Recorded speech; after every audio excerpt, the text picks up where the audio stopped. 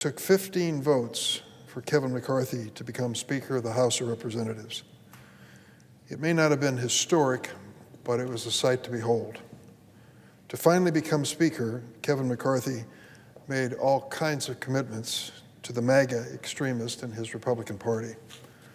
One of the promises he made to the hard-right holdouts in order to become Speaker was that House Republicans will use their razor-thin majority in the House to try to freeze federal spending in fiscal year 2024 to fiscal year 2022 levels. Let me bring that down in plain English. This means cutting $130 billion out of the federal budget that Congress just passed last month. $130 billion is nothing to sneeze at. Now, how are they going to do it? What's on the Republican agenda in terms of cuts? Speaker McCarthy won't say. Neither will the House Republicans. What they have said is they plan to use the debt ceiling as leverage to try to get their way. What is the debt ceiling? Let me give an example. Last night you went to a restaurant with your family. You had a wonderful meal and you paid for it with a credit card. In a couple weeks you're going to get a bill from your credit card company saying now it's time to pay for that wonderful meal. That's our debt ceiling. If we don't pay those bills on a timely basis, it raises a question as to whether we're credible or reliable. And those people who loan us money, if they worry about whether the United States is going to pay its debts, are going to demand higher interest rates to protect their purchase of U.S. securities. That's the bottom line. We have never, underline, never defaulted on a national debt and debt ceiling in our history.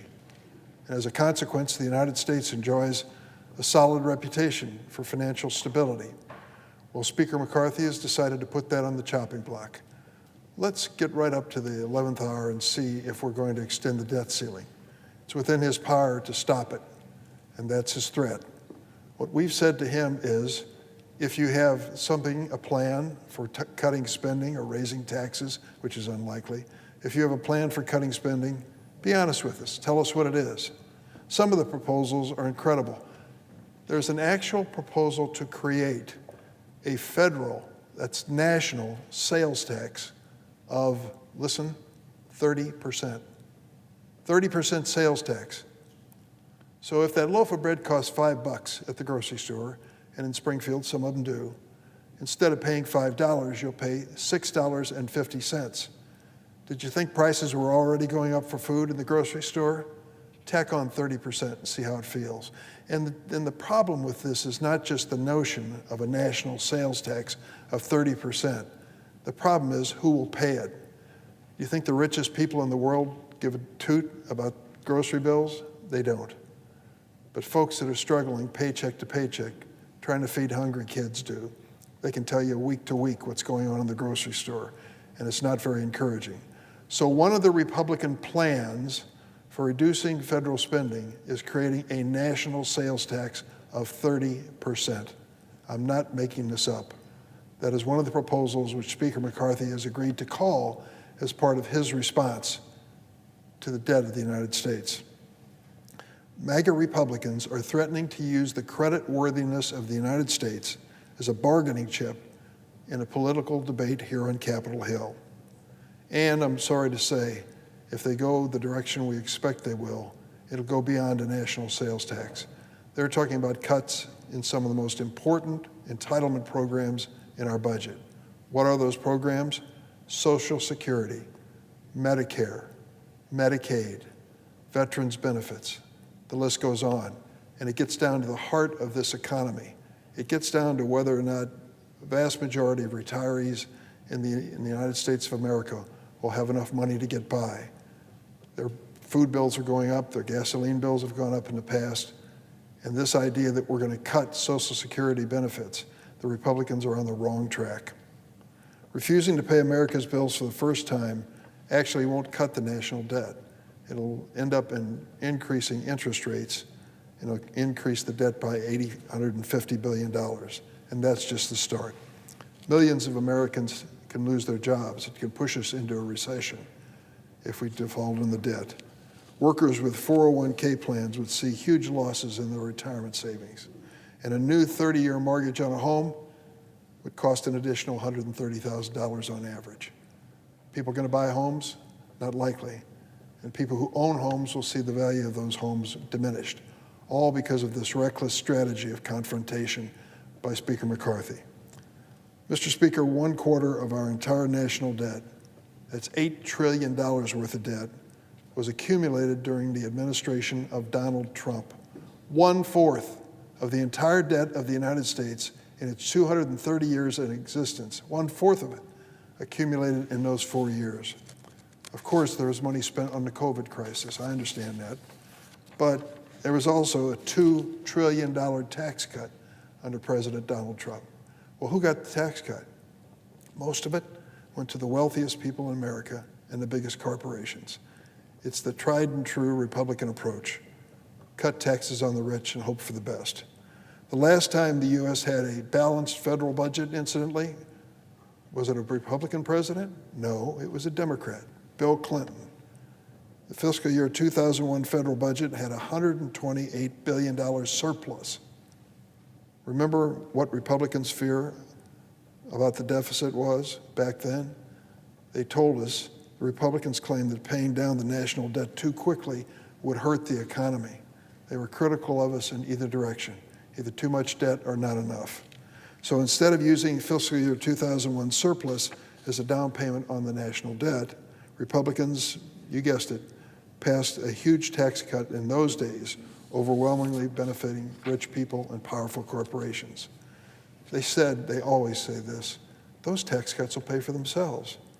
The same bogus claim they make about all their big tax cuts for the wealthy. Instead, 7 years later, the last budget George W. Bush sent to Congress contained a $1.4 trillion deficit. Same thing happened when Ronald Reagan was president. Republicans passed huge tax cuts to the wealthy and promised that they would pay for themselves. If we can just get the rich a little richer, then working families will be better off. Instead, they produced the biggest budget deficits America had ever seen. So do they have a credibility on that side, a credibility gap on that side of the aisle when it comes to deficits? They sure do. Let Rich Lowry, the editor-in-chief of National Review, once the Bible of American conservatives, comment on what the MAGA strategy means. In an op-ed last week, he wrote, "It's very strange not to seriously pursue a deeply held goal when you have unified control of Washington, then to insist on trying to achieve much of it in one fell swoop when you barely have control of one chamber of Congress. But here we are. This is the Republican pattern." In the last fiscal year under President Biden and a Democratic majority, we actually reduced the deficit by $1.4 trillion, the largest one-year drop in American history, under President Biden. Democrats passed the Inflation Reduction Act to reduce the cost of health care, prescription drugs, and energy for American families, and to strengthen our nation's energy independence with safe, new energy solutions. The Inflation Reduction Act also cuts the deficit by more than $300 billion. We're not ignoring the problem. We're trying to address it seriously. The smart way to reduce the deficit, cut where you can, invest where you must, and make sure it's fair for middle-class and lower-income families, not a boondoggle for the super-rich in America. President Biden kept his promise to not raise taxes on anyone making over $400,000. Democrats added a 15% minimum tax for wealthy corporations. It just was hard to take that these wealthy corporations and profitable corporations were paying nothing in taxes. That's right, nothing, leaving the middle class to pick up the tab in America. Compare that to the new MAGA majority in the House. During their first week on the job, House Republicans proposed to increase the budget deficit by $100 billion by making it easier for wealthy individuals and big corporations to cheat on their taxes.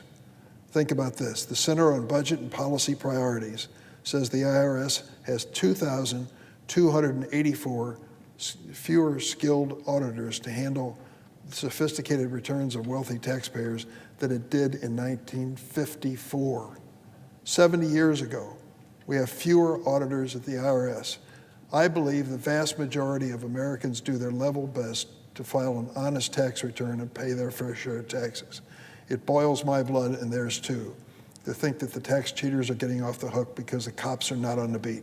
Historically, Republicans take away those auditors, take away the checks on the big wealthy individuals and corporations, and they, of course, are tempted to cheat. Why let that happen when the vast majority of American families are doing the right thing? House Republicans just voted for a bill that will add $100 billion to the deficit to take away these auditors. That is not a way to balance the budget, and it's not fair to American taxpayers.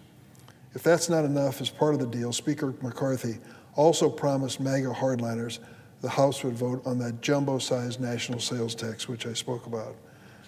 As Grover Norquist, who is quite a conservative and quite a man on the issue of taxes, said, it's a political gift to Biden and the Democrats to consider a national sales tax. Well, we say if this is a gift, no thanks. In the last 2 years, America's economy broke records and created 11 million jobs, the strongest job creation in the history of this nation. The nation's unemployment rate is near a 50-year low. Gas prices are finally coming down, inflation is just starting to ease, and the deficit is going down. We need to keep the country and economy moving in the right direction, not devastate Social Security and Medicare, and certainly not impose a national 30% sales tax. Speaker McCarthy is meeting with President Biden tomorrow for the first time since he became Speaker. He needs to show up not just with platitudes, but with a plan in writing as to what the Republicans want to put on the table. What is the Republican plan? Are they going to cut Social Security and Medicare? Mr. McCarthy said, no way on a Sunday talk show this weekend. But the math doesn't add up for his fiscal goals unless he goes after the entitlement programs. If you're going to do that, Speaker McCarthy, be honest with the American people. Are Republicans planning to slash money for education, health care, veterans, transportation, clean water? In the first 2 decades of this century, thanks in large part to the National Institute of Health, cancer deaths went down almost 1/3 in the United States, saving an estimated 3.5 million lives. Are we going to cut medical research, Mr. Speaker? Speaker McCarthy and MAGA Republicans need to level with the American people. Speaker McCarthy, my ask is very simple. Put your plan on the table. Mr. President, I yield the floor.